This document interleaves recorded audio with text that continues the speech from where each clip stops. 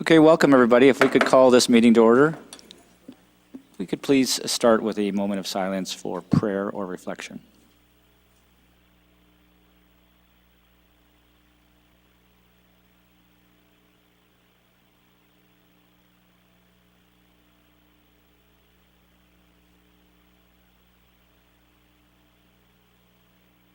Thank you. So first up, we have adoption of the agenda. I do have one item to add, which will be item 7.1, and it's 603 First Street. Okay, any other additions? All right, seeing none, we'll adopt the agenda. Next, we move on to adoption of the minutes. Minutes from our last meeting can be found page 3, item 2.1, August 2nd. Any errors, omissions? All right, seeing none, we'll adopt the minutes. Moving along to our presentation tonight is item 3.1 on page 18. You'll find some background on this. Municipal Safety Recognition Award. I think Mayor Clugston is going to present the award and say a few words.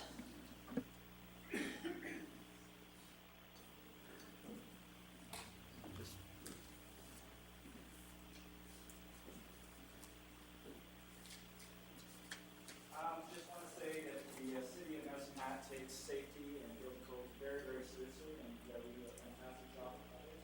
And the province here, Minister Ferris, recognizing the city for 20 years of safety comes first. I remember when I was first on council, there was some comments used to get, why can't we just ignore that, or why can't we just get why it's open for business? And really, you have to make sure that the code first, and that's so I want to congratulate you on behalf of the rest of City Council and the citizens of 2 years.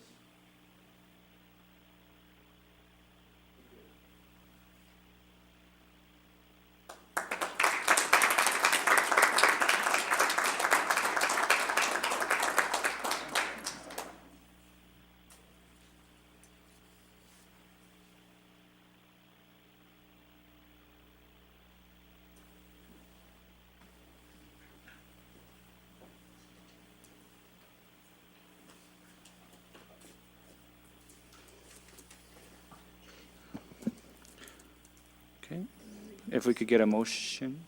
So moved. Motion for reception. Okay, if we could vote. And that was unanimous. Thank you. Moving on to reports. Our first report's item 4.1 on page 12, Administrative Committee meeting of August 4th, and this report's for adoption. I'll move the report for adoption. Second. Any comments? None?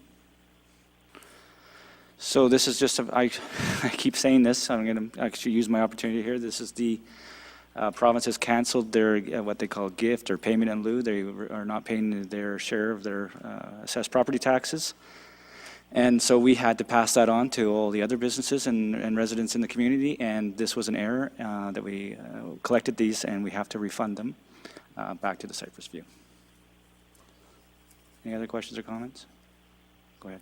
Well, I just, in this, I don't disagree with you at all. In this particular case, it's a little bit better news for the City of Medicine Hat, since we are a requisitioning authority and a partner in the Cypress View Foundation in any event. So in this particular case, with the money being refunded back, it will help us a little bit with the requisition, and that's always nice to hear. But your point is well taken.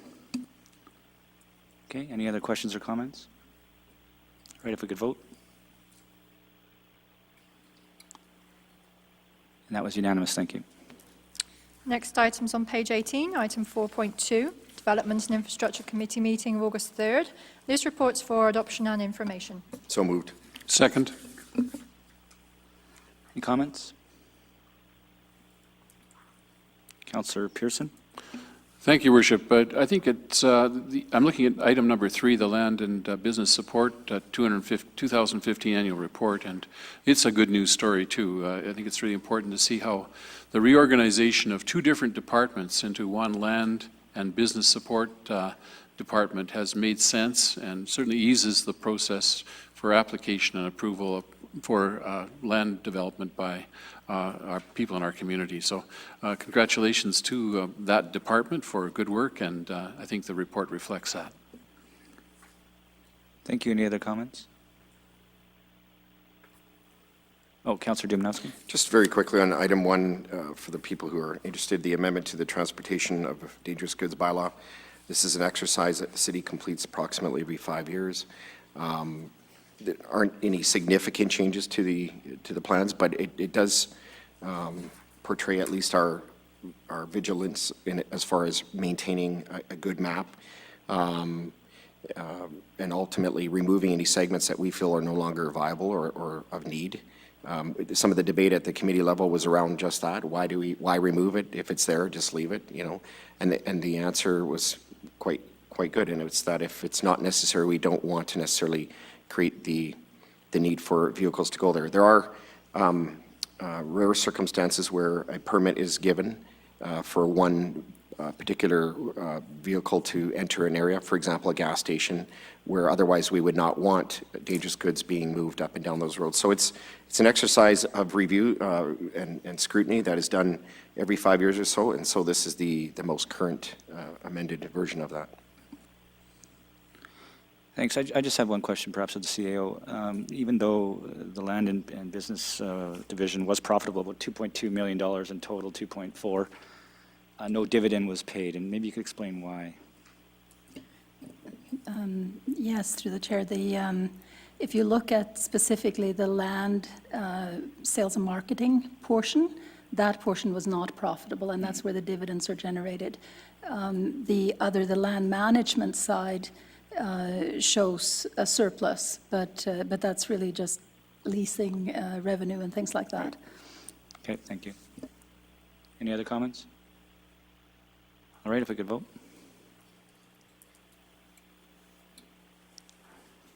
That was unanimous, thank you. Next report's item 4.3 on page 44, Corporate Services Committee meeting of August 9th. And this report's for adoption and information. So moved. Second. Any comments? Councillor Pearson. Thank you, Worship. I'm excited about the Green Trip additional grant that we're going to be receiving.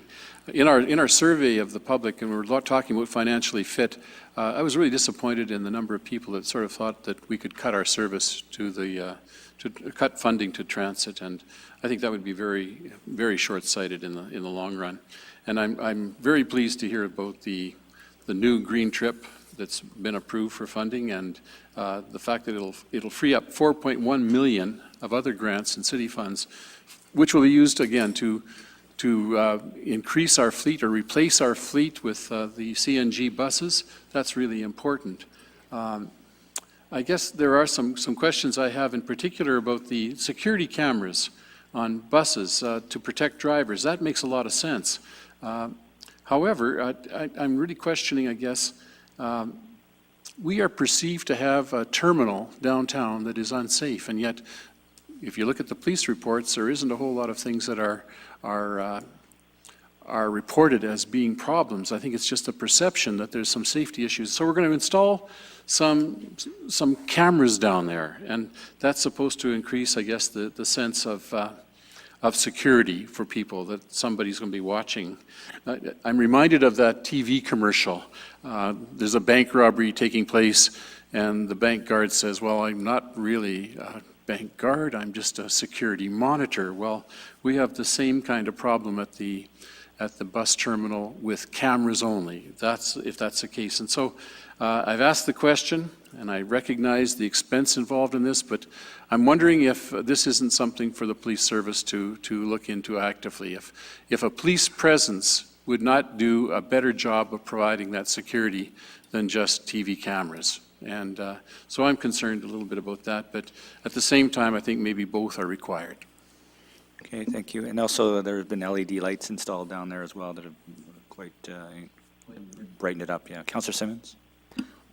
I would agree with what Councillor Pearson is saying in that it's really important to have police services down there. But my understanding is there is police service down there consistently and constantly. They've got the bike police officers that are down there, and I feel like the police are down in the downtown core quite a bit. So I guess a question for the police commission, people that are on the police commission, is that true? Like, is there a good police presence down there already? Councillor Dumanowski? Well, Your Worship, I was going to address that. Thanks for the question, Councillor Simmons. I feel compelled to respond on behalf of the police service as a commission member, and my experience there, and I think Councillor Friesen would agree, is that we always have a presence. The bike patrol, they're on the streets, and they have a downtown corridor singly for several months a year.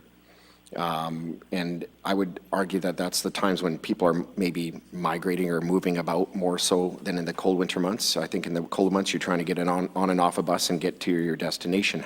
However, one of the police zones is downtown, and so there's always police presence, and that's not because it needs it per se, it's because that's how it's always been. I would argue every city center has the same kind of monitoring. So can they be there all the time? I don't think that's necessarily realistic, but there is definitely a presence. And I will agree with you a little bit. Sometimes people argue there are unsavory characters. They'll use that characterization of people moving about, but you could argue the same at any park. You could argue the same on any trail system. But somehow, because it's downtown and it's in this area, the transit hub, it becomes more of a perceived issue. And I'm not, hiding anything here. I think the reality is that it's a bigger perception than probably reality. Having said that, it's something I know our police service definitely does their best at. Thank you, Councillor Pearson. I agree with you, Councillor Dumanowski. I think it's a perception rather than a reality. I think that's really important. But it's a favorite bugbear of mine, I guess. It would be nice if, and bike patrols are great, but they're there for the summer months and then they're gone. And so I think policemen in their cruisers are one kind of operation.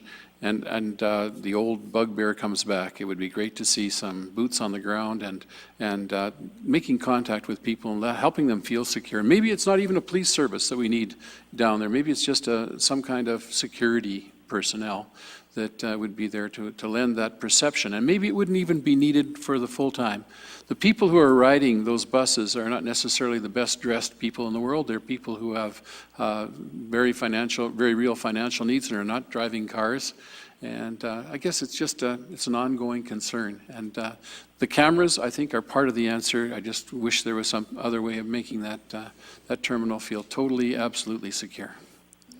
Thank you. If I could, you go ahead. just in rebuttal, the bike patrol are there longer than the summer months. They start in spring, and they go as late as they can often. They'll go right till the cold weather kicks in, if not longer. So they're definitely moving about and milling about in downtown and the trail systems for several months of the year. But, and the camera issue is not a new one. I know in the past, the cameras were, I hope I'm speaking correctly here, installed in some of the areas, in some cases vandalized, just as other businesses have experienced.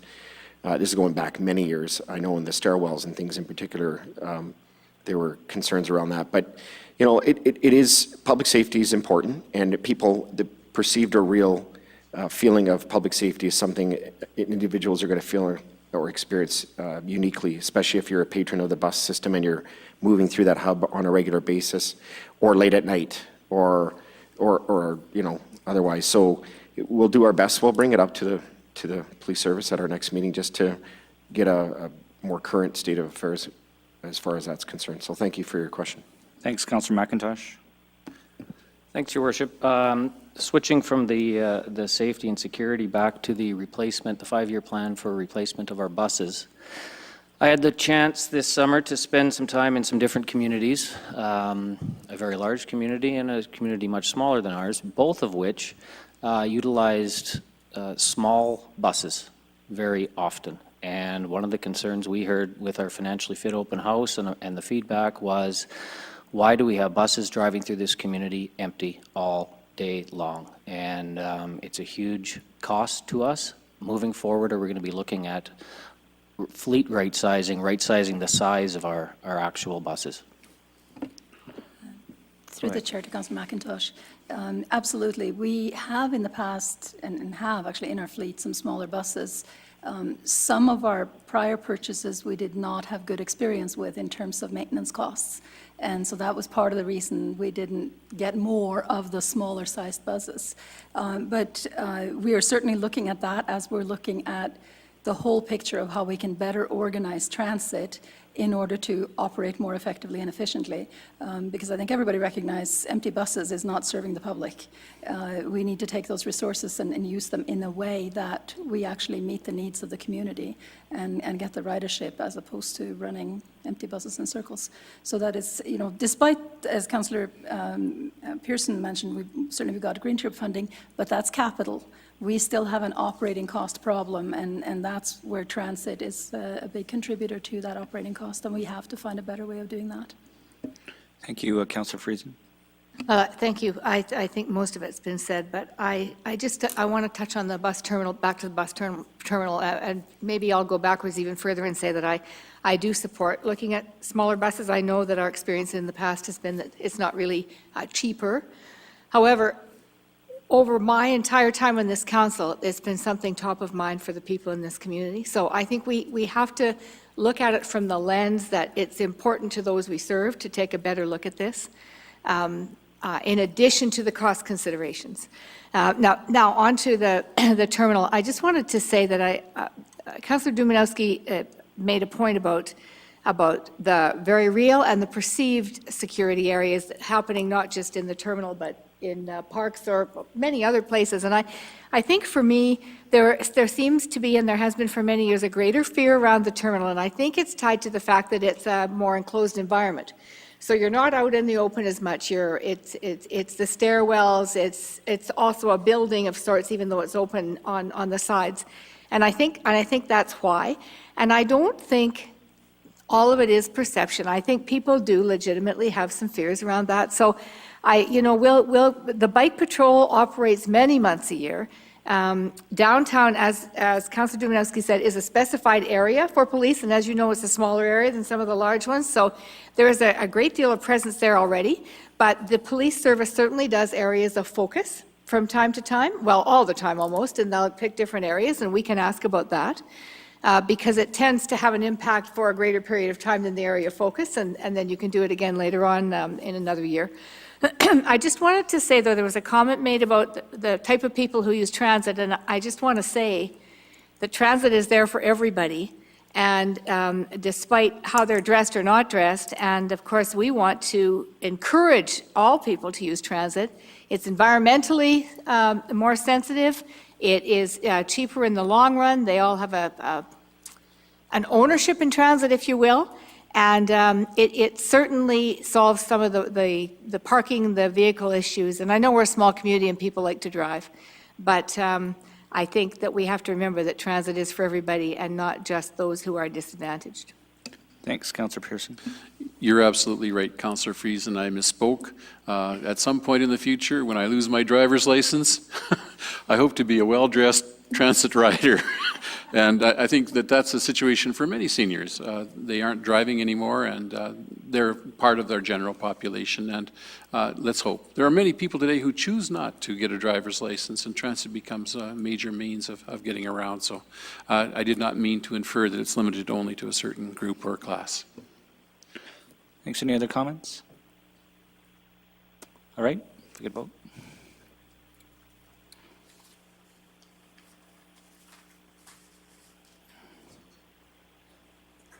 That was unanimous. Thank you. Moving on to new bylaws.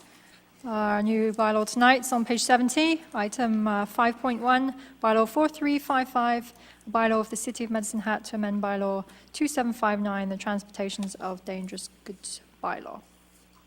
Your Worship, I seek leave of council to introduce bylaw 4355 and ask that it be read a first time. Second. If we could vote.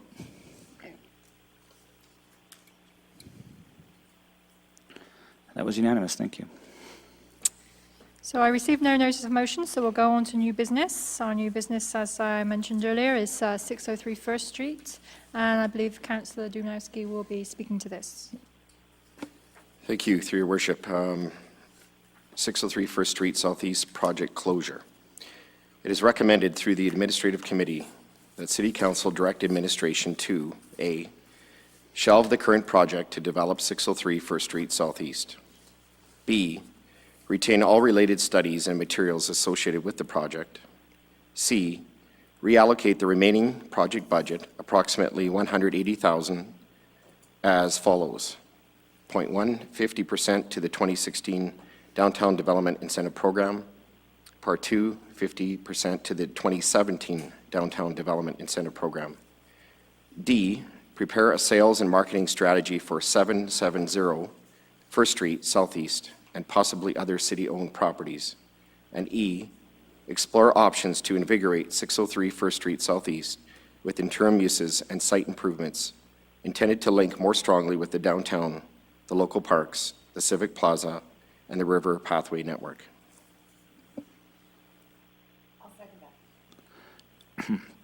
Thanks. Any questions or comments? Councillor Dumanowski? Well, Your Worship, this is a topic that is owned by council. It's coming through D&I because that's where it belongs, but I will take maybe a lead comment on this. Perhaps others will follow, but clearly the item that you're hearing today is that we are closing the project for 603 First Street, which has garnered a lot of interest and opinion over the months and years.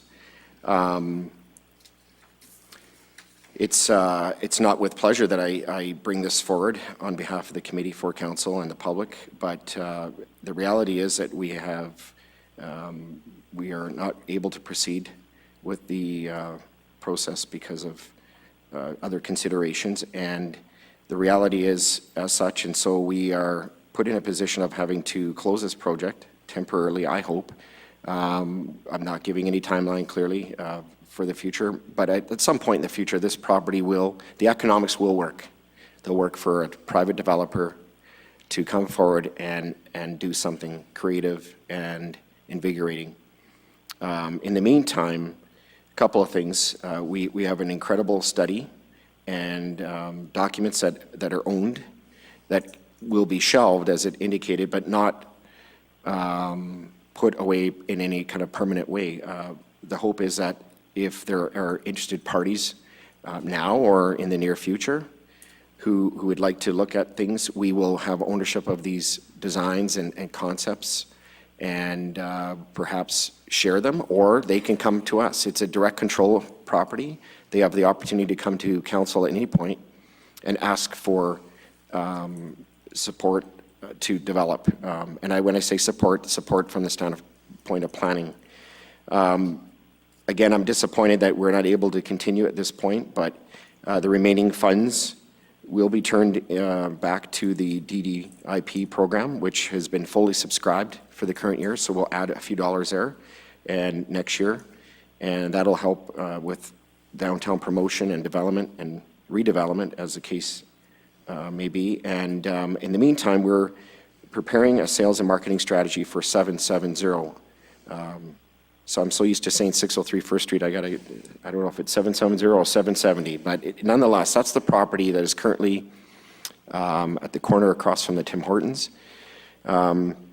It's one that hasn't been off the radar of council over years. There have been interested parties over time, but we're really focused on 603, perhaps unfairly, but we're hoping that a sales marketing strategy for that property will bring some interest, and we'll be able to bring that good news to this table in the near future. So again, disappointed in having to close down the project development for 603 at this current state, but very excited about having the opportunity to pass some of those dollars back to the DDIP and create opportunity for 770 First Street. Thank you. Councillor Friesen? Without sounding like a broken record, most of what I was going to say has been said, but for me, I'm disappointed about 603 as well. For me, it's not completely gone. I'm still extremely hopeful there will be development on 603, and what that will be remains to be seen, and we had some great plans, and they'll still be available. We just can't afford it right now, and we know that, but that doesn't mean we're giving up on 603 First Street, which is a wonderful piece of property that has great potential, and it's just not going to work for the city to put some money into it right now. Now, having said that, what's important to me about this is, one, we're not creating a new budget item. There is some money left over, so we're able to put that into the Downtown Development Incentive Program, which was subscribed almost from the beginning this year. And so that's really helpful in terms of helping the downtown continue to develop. Also allows us to put some in for next year as well. So I'm happy about that. It's been said about 770 First Street Southeast, prime piece of property, has been there for years, all my years on council. It's been talked about what could that be? What wonderful things could go in on that property and help people enjoy the riverfront that we so underutilize in Medicine Hat, and it's such a beautiful part of the jewel of our community, really. And so I'm happy about that. And the other thing is, for me, I think this continues to keep the door open for those who will be interested in doing something with 603 First Street, or maybe were interested before and it didn't go ahead.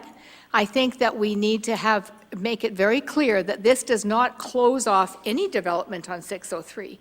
What it does is close off the city's involvement in putting some major funding in for that time being, and that others can still come forward with whatever proposal and still have a beautiful development there. And I just want that to be clear. I don't want people to walk away saying, well, they're not doing anything with that property, because I think the door is open for all kinds of ideas. And when you consider it right across the street from this other piece of property we're going to open up, it even brings more potential. Thank you. Councillor Pearson. Thank you, Worship.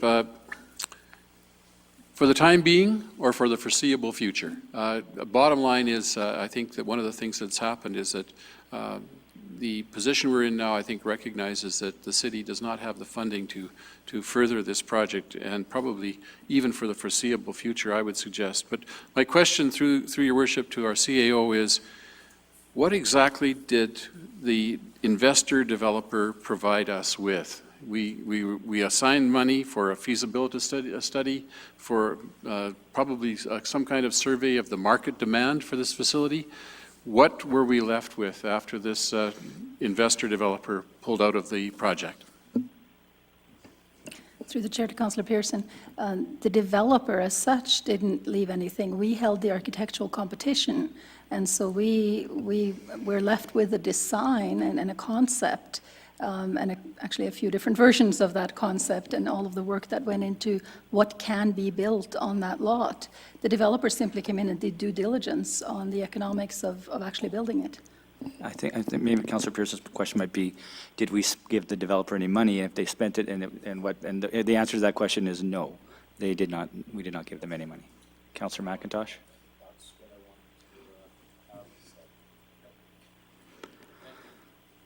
Councillor Dimanowski. Your Worship, I just wanted to make maybe one more point. I think it's been touched upon, but our commitment, this council's commitment to the downtown remains. Our resolve to do what we can to see it grow and be developed or redeveloped, as the case may be, is still there. It is disappointing that this will not be part of that now. But again, our commitment to, for example, taking the remaining dollars and putting it back to the DDIP, it's kind of token, but it is a top-up, if you will. And we want to see downtown be redeveloped. We want to see it grow, and I hope everyone who was investing in downtown on the basis of perhaps seeing 603 First Street still have every opportunity brought to them that it should be there. We should see redevelopment and reinvestment in downtown.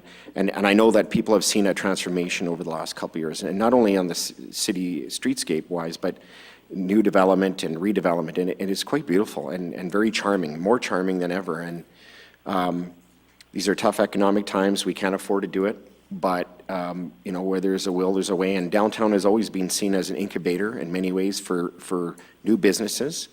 and mom and pop businesses and the like. So we've added so much potential and opportunity and life to that corridor, and I'm hoping that it will continue, and this council's resolve to see it develop and grow will remain for sure. Okay, all good comments. I think everybody recognizes that, it's been 3 years almost since the last election, and there has been a complete transformation of the local economy and the Alberta economy. And I think what this is disappointing, but what this council, of the 8 things that we set out to accomplish this term, I'm going to say we pretty much did 7 of them, and that's all right. And I think what we also need to maybe recognize is that we listened to what the public said. The public, I would say the majority told us that was a great idea 3 years ago, but the time is not now anymore. And I think it takes some courage on this council to recognize that things have changed and to not blindly go forward when the community is telling us not to do this right now. So we'll accept this and we'll move forward and see what happens perhaps in the next term. Okay, any other questions or comments? All right, if we could vote.